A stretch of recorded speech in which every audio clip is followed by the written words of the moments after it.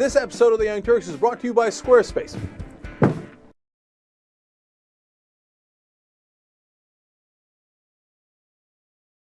One week after getting shellacked in the midterm elections, Democrats and progressives are hanging their heads and wondering how all the enthusiasm of 2008 fizzled so fast.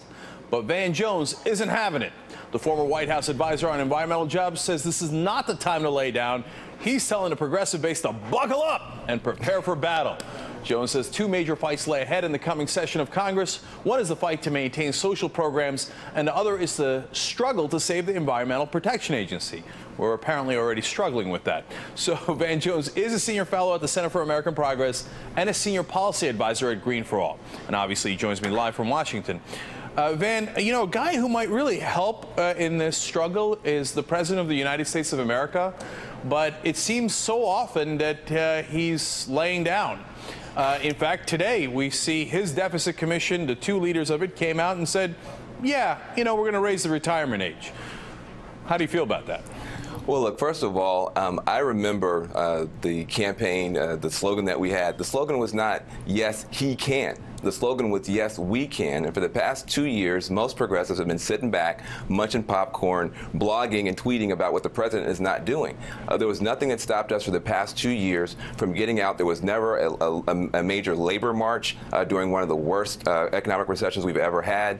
We had the oil spill that went down. People didn't protest about that. The progressive base demobilized itself for the past 2 years, and now it's time to say, look, guess what? It was never yes, he can. It's not about what the president does. It's about what the people do. But and we've got to get passionate. We've got to get passionate about the fact that the EPA, the Environmental Protection Agency, is on the chopping block, and there are people who call themselves patriots who want to weaken America's government to make sure that America's government isn't strong enough to protect the American people. We can stand up on principle and say, look, you keep attacking the federal government. You hate the federal government. The last time I checked, the federal government was America's government. And America's government should be strong enough to protect the American people from folks like BP. And you need to explain to us why you're on the side of multinational oil companies who are slagging up our coastline rather than the American people and America's government. But Van, when progressives did organize, and I can name you dozens of issues, let's pick one out of a hat, Afghanistan.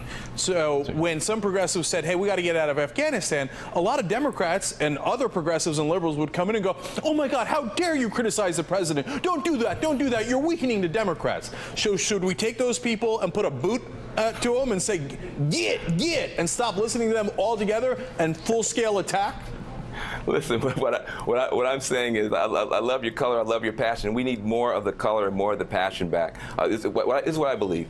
Ordinary people right now are suffering. These banksters cost us 8 million jobs, and people are asking, how am I going to get jobs back? The good thing is we have actual answers and solutions for how we can put Americans back to work, and the other side doesn't. The other side is in danger. We're in danger now of the other side saying the most important thing to us is closing the fiscal deficit. They're not going to be concerned about the jobs deficit. Democrats can't go along with that. We got to say we got to fix the jobs deficit. That's how you deal with the fiscal deficit. And if you don't do that, you got a moral deficit. No, but Van, I hear you on that, and I want to get specifics on what progressives can do if they're sitting at home right now watching this, whether they're munching popcorn or not. But I want to look on issues like this. You got to talk about the president, because the president's the one that put together the deficit commission. Now the leaders come out today and say, yeah, we're going to raise the retirement age for Social Security. So if we're going to fight, don't we have to fight the president too if he backs that?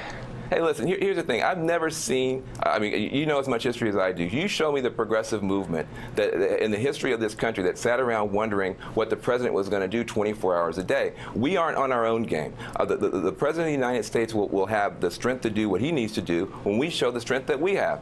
There's nothing to stop us from standing up and saying we want those 8 million jobs back. There's only a few places where we can get the money for those jobs. The bank's got a bunch of our money. Halliburton has a bunch of our money. And big oil companies have a bunch of our money. We want that money to be used to put Americans back to work. Now, if we stand on principle and say, first of all, we refuse to have Lisa Jackson, who's a hero for the progressive cause, who's a hero for America, forget progressive cause, who's trying to prevent us from baking the planet with greenhouse gases. We refuse to have her power stripped away when the Supreme Court says she has the duty to protect America from greenhouse gases, that's a fight on principle. And I'm happy to have that fight. These people say they hate the federal government. Actually, that's America's government. We should defend it. But the other thing is, we have right now, nobody knows this. They're saying, no, green jobs didn't work, et cetera. That is a bunch of BS. We have 80,000 coal miners in America right now. They're America's heroes. They're risking their lives every day to keep powering America. We're proud of them. But there are 80,000 people who went to work today in the wind industry in America as well, and they're heroes. There are 46,000 Americans who went to work because of the solar industry in America right now. That doesn't count biofuels, the smart grid, smart batteries, all this stuff that we invested in that is actually beginning to work. If we have a problem in the green economy, it's because Congress has been missing in action on the follow-up, which is the climate bill. But we got to stick up for our successes, stick up for what we've been doing. We're growing the green economy. We've got a country that is we are a world leader because we have high economic performance and high environmental performance. If you don't want the high environmental performance, go to a country where you get a chance to drink poison in the water and breathe smoke all day. But leave this country alone. Van, I couldn't agree more with you on the issue of don't wait for the administration to do it, because you were inside the administration and you were trying to do it internally, and they threw you under the bus. So that was one of the times that I decided that I'm not waiting for them, okay? But now you got to get specific with me, okay? You got to tell me what can progressives actually do, because the guys in the White House are in power, and unfortunately we're not, right? So what can an average human being that's out there that cares about the issues you're talking about actually do?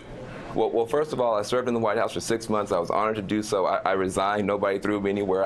He threw you under the bus. Hey, listen. I resigned. I was honored to serve. But let me tell you this: I had a job before I went to the White House, and I have a job now. We got 8 million Americans that don't have jobs. My critics have jobs. What about the people who don't have jobs? And what I want to say is this: you have organizations like Green for All, greenforall.org, which is going to be organizing people to stand up to defend the EPA.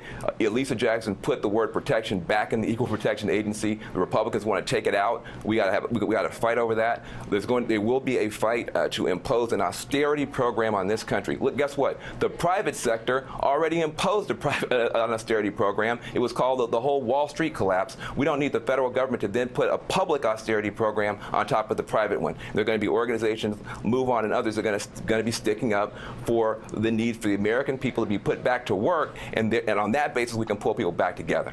All right, Van Jones, always an interesting conversation. And it was great to have you above the bus here. Okay. Thank you for joining us, man. Thank you, brother. New sponsor at the Young Turks, Squarespace. They help you build websites. They've got 24/7 support, and they've built some of the largest websites in the world. They have an iPhone app, so you can edit your website on the go. TYT promo code, 10% off for the life of your order. Squarespace.